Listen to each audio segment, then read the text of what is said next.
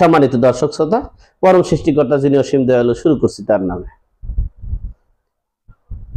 আজকে 24শে সেপ্টেম্বর সেনাপ্রধানের বক্তব্যে বিএনপি ও জামাত দিশেহারা, তারা তাদের ঘুম, নিন্দা এবং স্বপ্ন সব ধূলিসাৎ হয়ে গেছে। চলুন সংক্ষেপে সার অংশটা জেনে নেই। সেনাপ্রধানের রয়টার্সের সাথে যে আলোচনা বক্তব্য, সেটা সংক্ষেপে একটু বলার চেষ্টা করছি।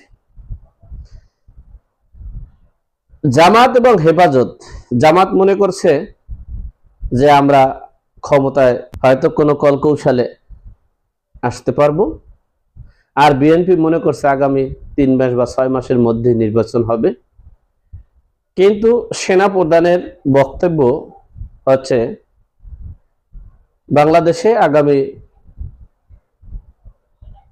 16 মাস 18 মাসেও নির্বাচন হচ্ছে না, অন্তর্বর্তীকালীন সরকার শুধু দেশের সংস্কারের কার্যক্রমই করবে, এমনটাই বলেছেন। এবং সেই সংস্কার কার্যক্রমে সর্বাত্মক সহযোগিতা করবে বাংলাদেশ সেনাবাহিনী। এরপর আরো একটা বিষয় বলেছেন, যেটা বিএনপি এবং জামাতের গণমাধ্যমের বিশ্লেষকরা, আলোচকরা, ইউটিউবাররা তারা মানে বক্তব্যকে বিকৃত করতে চাচ্ছে এবং অন্য অ্যাঙ্গেলে বলতে চাচ্ছে। সেনাপ্রধান আর একটা কথা স্পষ্ট বলেছেন, ডক্টর মোহাম্মদ ইউনূস উপদেষ্টা মণ্ডলীর প্রধান এবং তিনি উপদেষ্টা মণ্ডলীর প্রধান হিসেবেই থাকবেন।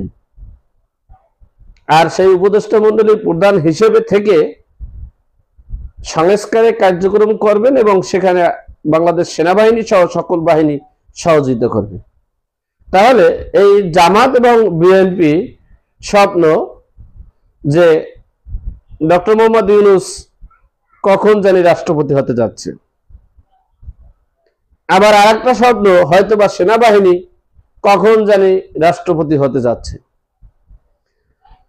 সে প্রশ্নে আর একটা ক্লিয়ার, সেনাবাহিনী একবারে ক্লিয়ার বলেছে, সেনাবাহিনী একটা পেশাদারি একটা চাকরি, দেশ রক্ষার্থে এই সেনাবাহিনী কাজ করছে। সেনাবাহিনী কখনোই কোনো রাজনৈতিক দলের হস্তক্ষেপ করবেন না এবং সেনাবাহিনীর স্থান থেকে অন্য কোথাও কোনো হস্তক্ষেপ করবেন না।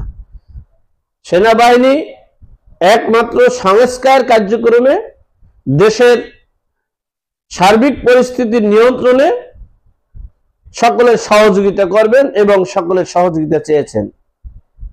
তারা স্পষ্ট বলেছেন, মানে সেনাবাহিনীদের মধ্যে যদি কোনো অপরাধী থেকে থাকে তাহলে সে অপরাধীরও বিচার হবে। তাহলে আমরা একবারে ক্লিয়ার যে সেনাবাহিনী তার স্ব স্থানে থেকে দেশের কল্যাণে, জনগণের কল্যাণে কাজ করবে বা রাজনীতির মধ্যে হস্তক্ষেপ করবেন না। এবং ডক্টর মোহাম্মদ ইউনূসকেও যেখানে আছেন সেখান থেকে এদিক সেদিক করার কোনো সুযোগ নেই। সেখানে থেকে তিনি সংস্কার কার্যক্রম করবেন, অর্থাৎ দেশের সার্বিক পরিস্থিতিতে অন্যায়ের প্রতিবাদ করে সংস্কার করবেন। সেই সংস্কার কার্যক্রমে বাংলাদেশ সেনাবাহিনী সহ সকল বাহিনী সহযোগিতা করবে, পাশে থাকবে, এমনটাই প্রকাশ করেছেন সেনাপ্রধান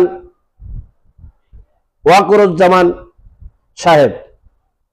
সুতরাং এখন খুবই ত্রাসের মধ্যে আছেন বিএনপি ও জামাত।